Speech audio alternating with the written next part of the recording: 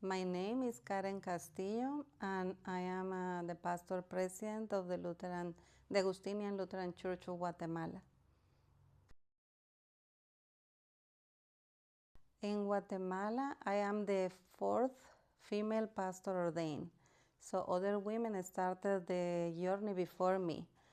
And I think that was very helpful for the journey I had ahead of me. The most difficult part for me was to become a pastor, because I had a personal experience and my testimony in the church. I have worked in the church for 36 years now. And when I became a pastor in 2011, I found a lot of resistance because I was a divorced woman. I was married for 15 years and I have been divorced for 18 years now.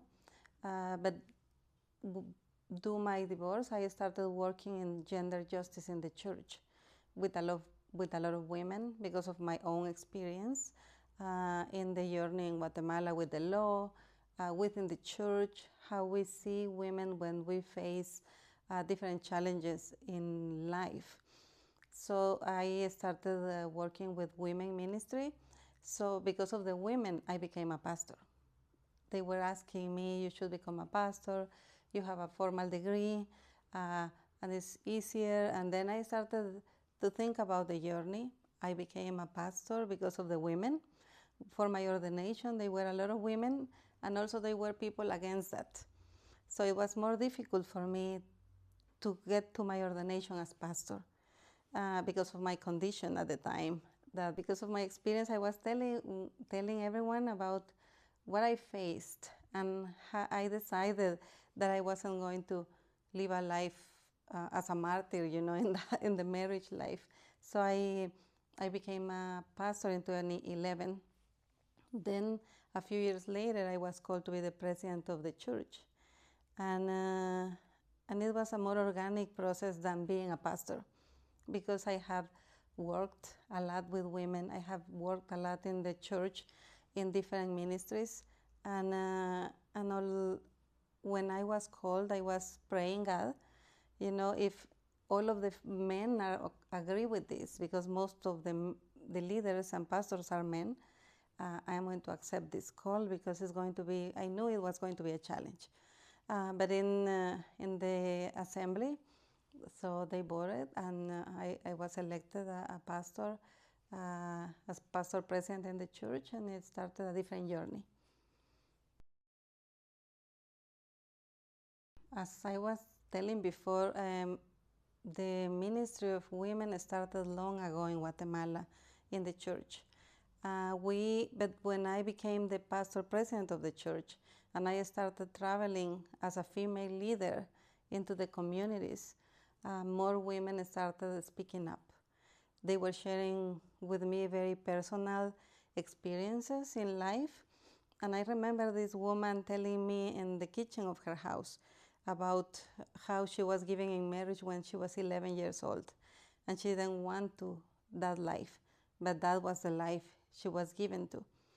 And then more women started talking about their daughters, that they didn't want that kind of life for their daughters, that what the church could do to give them the opportunity to get formal education, to get a better life in the future.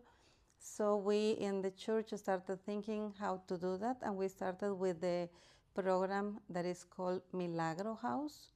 Milagro means miracle, and Milagro is made of a word, it's an acronym, because the M stands for Mujeres, that is women, of ILAG, breaking obstacles. So miracle means that.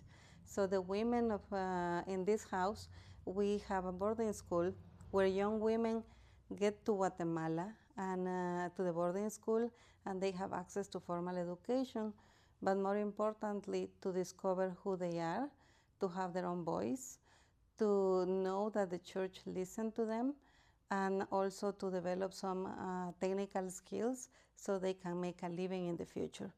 And we focus in gender justice too. And what is the situation like for the Lutheran Church in your country? Is the Catholic Church very dominant? Yeah, our country is, a few years ago, was mostly Catholic. The Roman Catholic Church is very dominant in our country. But also nowadays, the Pentecostal Church is getting bigger with the theology of prosperity. So we have these two sides that are very strong and very big in number compared to the Lutheran Church in Guatemala. So that makes our ministry a little bit harder, because sometimes being a woman in leadership on a church in Guatemala is not the normal thing. So when the Pentecostal church sees a female woman leading a church, they start telling that our church is not real, also the Catholic Church. So we are in between two fires in Guatemala, making a ministry that is different many times for other churches. Nos vemos, hasta pronto y que Dios les bendiga.